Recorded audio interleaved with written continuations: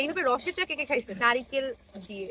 শীত আসতে না আসতেই গ্রামে গিয়ে মাটির চুলায় গরম গরম পিঠা বানিয়ে সেখানে বসে এই রস দিয়ে খাওয়া, সাথে রসের চা, চাল ভাজা, নারিকেল মাখা, আরো কত রান্না বান্না। আবার নিজেদের মাছের ঘের থেকে মাছ ধরে একদম ফ্রেশ ফ্রেশ রান্না করে খাওয়া, এগুলো আসলে অনেক মজার। হ্যালো, আসসালামু আলাইকুম। যখনই আমার একটু রেস্টের দরকার হয় কিংবা একটু রিফ্রেশমেন্টের দরকার হয়, সোজা চলে যাই আমাদের ঘেরে। আর যেহেতু শীত অলরেডি চলে আসছে, তো ভাবলাম একটু ঘেরে গিয়ে ঘুরে আসি একদিনের জন্য। আমার আসতে আসতে সন্ধ্যা হয়ে যায় এবং এসেই চলে আসি মাটির চুলার কাছে। মাটির চুলা এখন আমি গরম গরম চিতই পিঠা কিংবা কাঁচি কচা পিঠা বানাবো। দেখেন দেখেন, পিঠা ঢাকার জন্য আমার ঢাকনাটা কিন্তু সেই। পিঠা বানাতে বানাতে চুলার পাশে বসে এমন গরম গরম ধোয়া ওঠা পিঠা খাইতে আরো বেশি ভালো লাগে। অনেক কষ্টে একটা কাঁচি খুঁজে বাই করছি, আর কাঁচি কচা পিঠা উঠাইতে কাঁচিই লাগবে।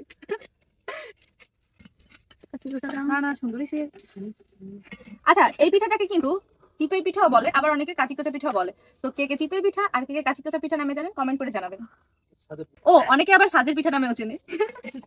আর কোনো নাম থাকলে তাও জানাবেন। আসলে এই পিঠা কিন্তু অনেক নাম, প্লাস এই পিঠা বহুত কিছু দিয়ে খাওয়া যায়। রস, নারিকেল, মাংসের ঝোল, ভর্তা, মানে সবকিছুতে এই পিঠা আছে। এখন কিছু পিঠা আমি আবার মিঠা আর নারিকেলের শিরায় ভিজাবো। এই শিরাটা রেডি করে নিতেছি। পানিতে আমি নারিকেল আর গুড় দিয়ে দিতেছি। এখন এটা একদম পানির সাথে জাল দিয়ে শিরা বানিয়ে নিব। এরপর শিরায় আমি লিকুইড দুধ দিয়ে দিছি। এরপর সবকিছু মেল্ট হয়ে শিরা হয়ে গেলে তাতে আমি পিঠাগুলো ভিজাই দিছিলাম, বাট সেগুলোর আর ভিডিও করতে মনে নেই, কারণ পিঠা বানানো বাদ দিয়ে আমি চলে আসছি একটা মজার জিনিস খাইতে। তা হচ্ছে চাল ভাজা আর নারিকেল, গুঁড়ো দুধ আর চিনি দিয়ে মাখা। এটা খেতে যে এত মজা, আমি ছোটবেলা থেকে এই জিনিসটা অনেক বেশি লাইক করি। আর সাথে আমার এনার্জি ড্রিঙ্ক চা অলওয়েজ তো আছেই। এখন একটা অন্য ধরনের চা আপনাদেরকে দেখাই। রসের চা কে কে খাইছেন?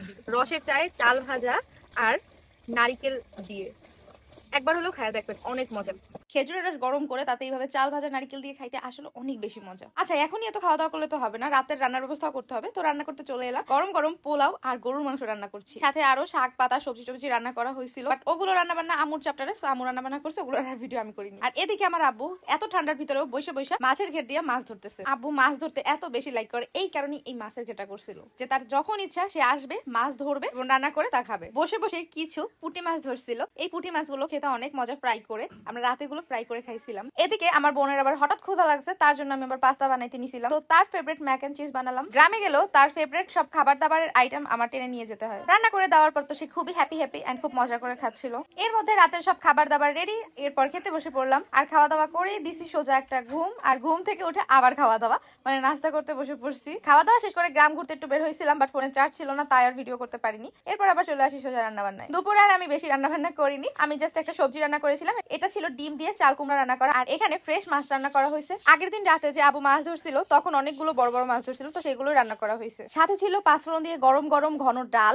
আর চিংড়ি মাছ দিয়ে পেঁপে রান্না, আর ডিম চাল কুমড়া অনেকগুলো ধনিয়া পাতা দিয়ে দিই। আর এই ধনিয়া পাতাগুলো কিন্তু আমাদের বাগানে লাগানো, একদম ফ্রেশ ধনিয়া। এই রান্না বান্না শেষ করে তারপর খাওয়া দাওয়া করে একদম সোজা বাসায় চলে আসছি, কিন্তু এর মাঝে আর কোনো ভিডিও করা হয়নি। তো এই কারণে আমার ভিডিওটি আজকে এখানেই শেষ করছি। আল্লাহ হাফেজ, আসসালামু আলাইকুম।